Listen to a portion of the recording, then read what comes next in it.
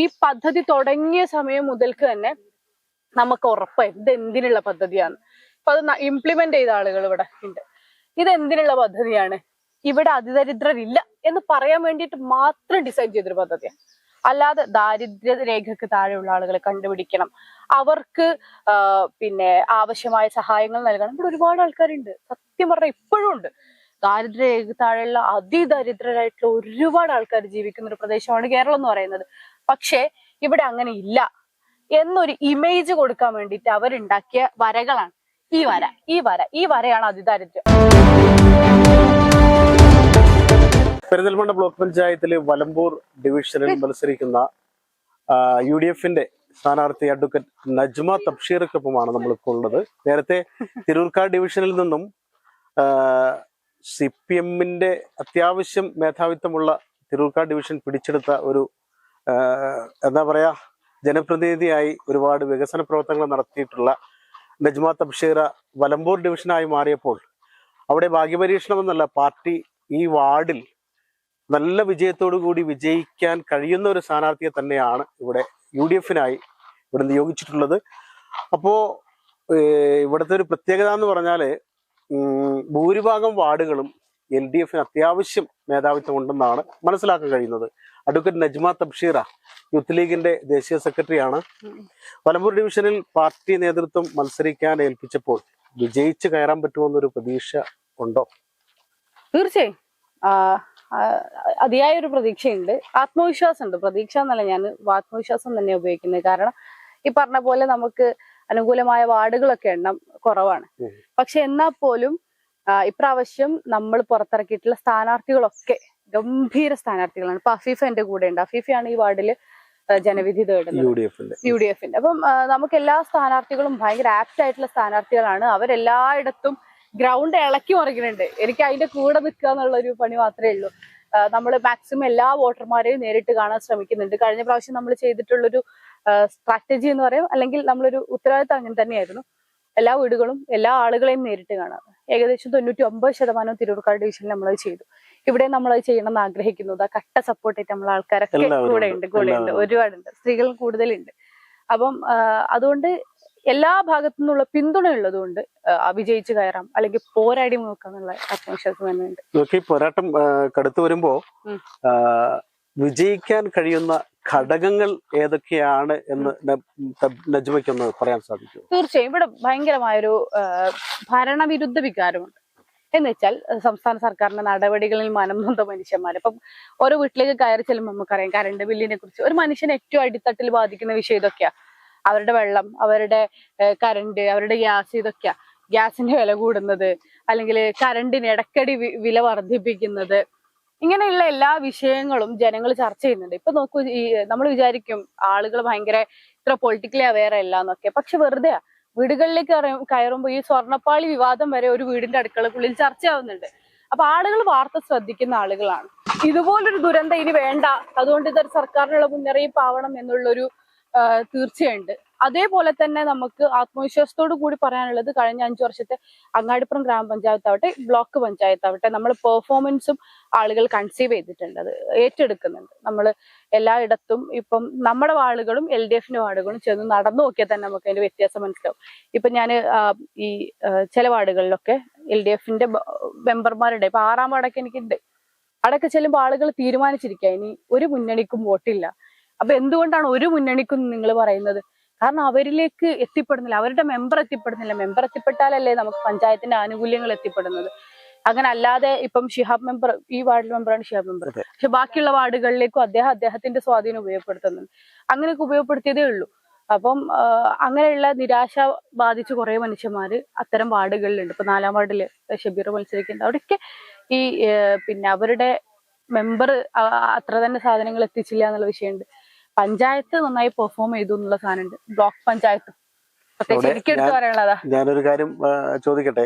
ഇപ്പോ LDF എല്ലാ പ്രചരണ രംഗത്ത് ഉപയോഗിക്കുന്ന പ്രധാനപ്പെട്ട ഒരു സംഭവം എന്ന് വെച്ചാല് സംസ്ഥാന സർക്കാരിന്റെ അതിദാരിദ്ര്യ മുക്ത കേരളം പ്രഖ്യാപനം, അതുകൂടാതെ പെൻഷൻ വർദ്ധിപ്പിച്ച് സ്ത്രീകൾക്കൊക്കെ പെൻഷൻ കൊടുക്കാം, ഈ സംഭവങ്ങളൊക്കെ LDF എടുത്ത് ഉപയോഗിക്കുന്നുണ്ട്. അപ്പൊ ഇതൊക്കെ UDFന്റെ വിജയ സാധ്യതയെ ബാധിക്കുമെന്ന് തോന്നുന്നുണ്ടോ? എന്ത് പെൻഷൻ എന്ന് പറയുന്നത് ഇത് ഭയങ്കര ഫ്രഷ് ഐഡിയ എന്നൊന്നും വിചാരിക്കണ്ട. ഇപ്പൊ ബീഹാറിൽ തെരഞ്ഞെടുപ്പ് നടന്നല്ലോ. ബീഹാറിൽ തെരഞ്ഞെടുപ്പ് നടന്ന് തൊട്ട് മുന്നേ അവിടെ കാവിപ്പെട്ടിയിൽ കൊണ്ടുവന്ന ഒരു പുതിയ ഒരു വാഗ്ദാനമായിരുന്നു ഇത്. അതിവിടെ ഒരു ചുവന്ന പെട്ടിയിൽ ആളുകളിലേക്ക് എത്തിച്ചു എന്നേ ഉള്ളൂ. വലിയ വ്യത്യാസമൊന്നുമില്ല. ആളുകൾക്ക് പണം കൊടുത്താൽ ആളുകളൊപ്പം നിൽക്കും എന്നുള്ള രാഷ്ട്രീയത്തെ കുറിച്ചുള്ള ധാരണയില്ലായ്മ, അതുപോലെ തന്നെ എനിക്ക് തോന്നുന്നു ഇതിനേക്കാൾ കൂടുതൽ ജനങ്ങൾ അണ്ടർ എസ്റ്റിമേറ്റ് ചെയ്യുന്നൊരു പരിപാടിയത്. അവസാനം നേരെ ഒരു 1000 ഉറുപ്പിക എടുത്ത ആളുകളൊക്കെ ഞങ്ങൾ കൂടെ നിൽക്കുന്നുള്ളത് അത് അവരുടെ രാഷ്ട്രീയ അബദ്ധമാണ്. അതൊന്നും മനുഷ്യനെ ജനങ്ങൾ ഉറപ്പായി ഉൾക്കൊള്ളില്ല. അവസാനം വന്നിട്ട് എത്ര മാസത്തെ പെൻഷൻ കുടിശ്ശികയായി, ഒരു തെരഞ്ഞെടുപ്പ് നടക്കുമ്പോൾ ഞങ്ങൾ ആ പെൻഷൻ കുടിശ്ശിക മുഴുവൻ കൊടുത്തു തീർത്തു എന്ന് പറഞ്ഞിട്ട് ഒരു 10 രൂപ അധികം കൊടുത്തിട്ട് കാര്യമില്ല. എല്ലാ മാസവും അതിന്റെ ഗുണഭോക്താക്കളാവുന്ന ആൾക്കാർ പൊട്ടന്മാരൊന്നുമല്ല. അത് അവർക്ക് കിട്ടിയില്ലെങ്കിൽ അവർക്ക് ഉള്ളിലുണ്ടാവും. അവസാനം തെരഞ്ഞെടുപ്പിന് 1000 രൂപ കൊടുത്താൽ മറിയുന്നതല്ല ജനാധിപത്യം. അതിദാരിദ്ര്യം എന്ന് പറയുന്നതും ഈ പദ്ധതി ഇപ്പൊ നമ്മൾ ജനപ്രതിനിധികളായിരുന്നല്ലോ. അപ്പം ഈ പദ്ധതി തുടങ്ങിയ സമയം മുതൽക്ക് തന്നെ നമുക്ക് ഉറപ്പായി ഇത് എന്തിനുള്ള പദ്ധതിയാണ്. അപ്പൊ അത് ഇംപ്ലിമെന്റ് ചെയ്ത ആളുകൾ ഇവിടെ ഉണ്ട്. ഇത് എന്തിനുള്ള പദ്ധതിയാണ്, ഇവിടെ അതിദരിദ്രരില്ല എന്ന് പറയാൻ വേണ്ടിയിട്ട് മാത്രം ഡിസൈൻ ചെയ്തൊരു പദ്ധതിയാണ്. അല്ലാതെ ദാരിദ്ര്യ രേഖക്ക് താഴെയുള്ള ആളുകളെ കണ്ടുപിടിക്കണം, അവർക്ക് പിന്നെ ആവശ്യമായ സഹായങ്ങൾ നൽകണം. ഇവിടെ ഒരുപാട് ആൾക്കാരുണ്ട്, സത്യം പറഞ്ഞാൽ ഇപ്പോഴും ഉണ്ട്. ദാരിദ്ര്യ രേഖക്ക് താഴെയുള്ള അതിദരിദ്രരായിട്ടുള്ള ഒരുപാട് ആൾക്കാർ ജീവിക്കുന്ന ഒരു പ്രദേശമാണ് കേരളം എന്ന് പറയുന്നത്. പക്ഷെ ഇവിടെ അങ്ങനെ ഇല്ല എന്നൊരു ഇമേജ് കൊടുക്കാൻ വേണ്ടിയിട്ട് അവരുണ്ടാക്കിയ വരകളാണ് ഈ വരയാണ് അതിദാരിദ്ര്യം. ആരാണ് അതിദാരിദ്ര്യത്തിന്റെ ഒരു ഡെഫിനിഷൻ കൊടുത്തത്? അതിലൊക്കെ അബദ്ധജടിലമായ കാര്യങ്ങളാണ്. ഒരു PR വർക്കിന് വേണ്ടി മാത്രം മുഖം മിനുക്കി നടക്കുന്ന ഒരു സർക്കാരിനെ ജനങ്ങൾ ഉൾക്കൊള്ളുന്നില്ല. ജനങ്ങള് പറഞ്ഞ ഒരു രാഷ്ട്രീയ ബോധമുള്ള ആളുകളാണ്. പിന്നെ യൂത്ത് ലീഗിന്റെ ദേശീയ സെക്രട്ടറി എന്ന് മാത്രമല്ല, വിദ്യാഭ്യാസ മേഖലയിലൊക്കെ ഒരുപാട് കാര്യങ്ങളിൽ നജ്മ തബ്ഷീർ കേരളം ശ്രദ്ധിക്കുന്ന ഒരു യുവ രാഷ്ട്രീയ നേതാവാണെന്ന് തന്നെ പറയാം. മാത്രമല്ല മുസ്ലിം ലീഗില്, യൂത്ത് ലീഗില്, അല്ലെങ്കിൽ MSF അങ്ങനെ എല്ലാത്തിലും ഒരു എന്താ പറയാ സജീവമായ മുഖമാണ്, എല്ലാവരും ശ്രദ്ധിക്കുന്ന മുഖമാണ്. അപ്പൊ ഈ ഇവിടെ വിജയിച്ചാൽ ബ്ലോക്ക് പഞ്ചായത്തിലേക്ക് ഒരുപക്ഷെ പ്രസിഡന്റ് സ്ഥാനത്തേക്ക് തിരഞ്ഞെടുക്കാൻ സാധ്യതയുള്ള ഒരേ ഒരു മുഖം നജ്മ ആണെന്നാണ് മറ്റു പലരുടെ അഭിപ്രായം. അങ്ങനെ ഒരു പ്രസിഡന്റ് സ്ഥാനത്തേക്ക് വരുമെന്ന് ഞാൻ പ്രതീക്ഷിക്കുന്നല്ല, ജനങ്ങൾ പ്രതീക്ഷിക്കുന്നത്. അതിനെങ്ങനെ കാണുന്നു? തെരഞ്ഞെടുപ്പ് കഴിയണല്ലോ, റിസൾട്ട് അറിയണമല്ലോ, വിജയിക്കണമല്ലോ. വിജയിക്കും എന്ന കാര്യത്തിൽ ആത്മവിശ്വാസമൊക്കെ ഉണ്ട്. എന്നാൽ പോലും ഇതൊക്കെ അതിന് ശേഷം പാർട്ടി തീരുമാനം എടുക്കുന്ന ഒരു കാര്യമാണ്. പാർട്ടിയുടെ തീരുമാനം എന്താണോ അത് നമ്മൾ ഏറ്റെടുക്കും. ഒരു വലിയ സ്വപ്നങ്ങളൊക്കെ ഉണ്ടാവുമല്ലോ, പ്രത്യേകിച്ച് നജ്മയ്ക്ക് വലിയ സ്വപ്നങ്ങൾ കാണുമായിരിക്കും. നാടിന് വേണ്ടി എന്തെങ്കിലും ചെയ്യണം, നാട്ടുകാർക്ക് വേണ്ടി എന്തെങ്കിലും ചെയ്യണം, സ്ത്രീകൾക്ക് വേണ്ടി എന്തെങ്കിലും ചെയ്യണം, വിദ്യാഭ്യാസ മേഖല എന്തെങ്കിലും, അങ്ങനെ എന്തെങ്കിലും സ്വപ്നങ്ങൾ ജനങ്ങൾക്ക് മുമ്പിൽ വിജയിച്ചാൽ അവർക്ക് വേണ്ടി എന്തെങ്കിലും ചെയ്യാൻ ഉദ്ദേശിക്കുന്നു? തീർച്ചയായും. പ്രത്യേകിച്ച് ബ്ലോക്ക് പഞ്ചായത്തിലേക്കൊക്കെ മത്സരിക്കുമ്പോൾ ആളുകൾ ചോദിക്കുന്ന ഒരു കാര്യം, ബ്ലോക്ക് പഞ്ചായത്ത് എന്ന് പറഞ്ഞാൽ ഇടയിലുള്ള ഒരു സാധനമാണ്. ഇതിനൊക്കെ സാധ്യതകൾ എന്തൊക്കെയാണെന്നുള്ളത്, ഈ സാധ്യത എന്താണെന്ന് കൃത്യമായി കാണിച്ചു കൊടുത്ത 5 വർഷം നമുക്ക് കടന്നുപോയത്. നമ്മുടെ പ്രസിഡന്റ് AK മുസ്തഫ സാഹിബിന്റെയും മലജേച്ചി വൈസ് പ്രസിഡന്റിന്റെയും ഒക്കെ നേതൃത്വത്തിൽ നമ്മൾ ഇതുവരെ ഇല്ലാത്ത രൂപത്തിലുള്ള വികസന പ്രവർത്തനങ്ങൾ കാഴ്ചവെക്കാൻ സാധിച്ചിട്ടുണ്ട്. ഇപ്പൊ തിരൂർക്കാട് ഡിവിഷനിൽ മാത്രം എനിക്ക് തോന്നുന്നു ഈ വികസനത്തിന്റെ കാര്യത്തിൽ ഏകദേശം PMKSY പദ്ധതി ഉപയോഗപ്പെടുത്തി, JSS പദ്ധതി ഉപയോഗപ്പെടുത്തി, ഇങ്ങനെ പല പദ്ധതികൾ ഉപയോഗപ്പെടുത്തി ഏകദേശം ഒരു 3.5 കോടിയിലധികം രൂപയുടെ വികസനം നമ്മൾ ചെയ്തിട്ടുണ്ട്. സാധാരണ ബ്ലോക്ക് പഞ്ചായത്തിൽ നിന്ന് ചെയ്യാൻ സാധിക്കാത്തതാണ്. ആടിനെ കൊടുക്കും, കോഴിയെ കൊടുക്കും, സ്വയം തൊഴിലിനുള്ള സഹായം കൊടുക്കും, അതുപോലെ തന്നെ സംരംഭകത്വം തുടങ്ങാനുള്ള പരിശീലനം കൊടുത്തു, തേനീച്ച വളർത്തി, ഇതുപോലെയുള്ള പരിശീലനങ്ങൾ കൊടുത്തു. ഇങ്ങനെ പല വിധേനയായിട്ടുള്ള പരിപാടികളിലൂടെ നമ്മൾ ബ്ലോക്ക് പഞ്ചായത്ത് ജനങ്ങളിലേക്ക് ഇറങ്ങി ചെന്നിട്ടുണ്ട്. അപ്പൊ അതിന്റെ ഒരു തുടർച്ച ഉണ്ടാവും. അതോടൊപ്പം തന്നെ നമ്മൾ ഈ വികസനം എന്ന് പറയുന്നതിന്റെ ഇപ്പോഴത്തെ ഒരു ഡെഫിനിഷൻ മാറ്റണം എന്നൊക്കെ നമ്മൾ ആഗ്രഹിക്കുന്നത്. മനുഷ്യരിലേക്ക് എത്തുന്നതാണ് വികസനം എന്നുള്ളത്. നമുക്ക് അത്തരം പദ്ധതി JSS പോലെയുള്ള പദ്ധതിക്ക് ഭയങ്കര വിജയമാണ്. അതിന്റെ ഒരു തുടർച്ച ഉണ്ടാക്കണം എന്ന് ആഗ്രഹിക്കുന്നുണ്ട്. നമ്മളൊരു വില്ലേജ് ടൂറിസം ഒക്കെ കുറച്ചുകൂടി പ്രൊമോട്ട് ചെയ്യണം എന്നൊക്കെ ആഗ്രഹമുണ്ട്. അങ്ങനെയൊക്കെ പല ആഗ്രഹങ്ങളുണ്ട്. അതെങ്ങനെയായാലും നമുക്ക് സാധിക്കും എന്ന് വിചാരിക്കുന്നു. ഇവിടെ ശരിക്കും നേരത്തെ അവിടെ തിരൂർക്കാട് LDF-നോട് നല്ല പോരാട്ടങ്ങൾ നടത്തിയാണ് വിജയിക്കാൻ പറ്റിയത്. ഇവിടെ LDF-ന്റെ വാർഡുകൾ കൂടുതൽ LDF-നാണ്.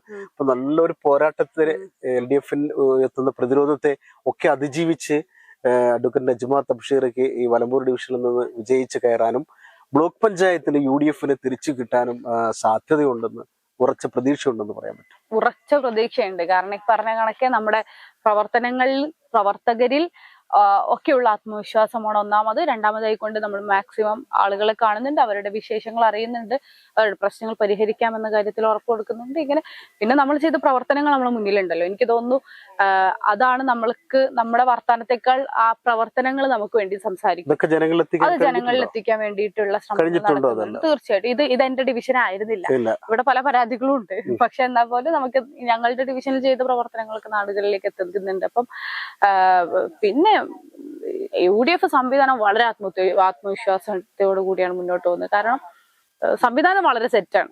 പിന്നെ പഞ്ചായത്ത് 5 വർഷം നമ്മളെ കയ്യിലുണ്ടായിരുന്ന ഒരു ആത്മവിശ്വാസമുണ്ട്. ഇതൊക്കെ കൊണ്ട് തന്നെ നമുക്ക് ഇതിലൊരു ഭയമില്ല. വിജയം ഉറപ്പാ. 100% വിജയം.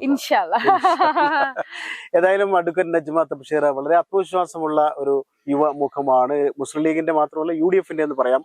ഭാവിയിൽ ഒരുപക്ഷെ വലിയ സ്ഥാനങ്ങളിലേക്ക് എത്താൻ സാധ്യതയുള്ള മുസ്ലിം ലീഗിലെ വനിതകളിൽ, മുസ്ലിം ലീഗിനെ കുറിച്ച് പണ്ടൊക്കെ പറഞ്ഞിരുന്നത് വനിതകൾക്ക് പ്രത്യേകിച്ച് സ്ഥാനങ്ങളൊന്നുമില്ല എന്ന് പറഞ്ഞിരുന്ന കാലഘട്ടത്തിൽ നിന്നും നജ്മ തബ്ഷീറെ പോലെ, ഫാത്തിമ തഹ്ലിയെ പോലെ അങ്ങനെ കുറെ നല്ല വനിതകൾ ഉയർന്നു വരുന്നത് മുസ്ലിം ലീഗിന്റെ പണ്ട് CH ഒരു സ്വപ്നം ഉണ്ടായിരുന്നു. അത് എപ്പോഴും പറയാറുണ്ട്, മുസ്ലിം ലീഗിന്റെ നേതാക്കൾ തന്നെ പറയാറുണ്ട്, നിങ്ങളും പറയാറുണ്ട്.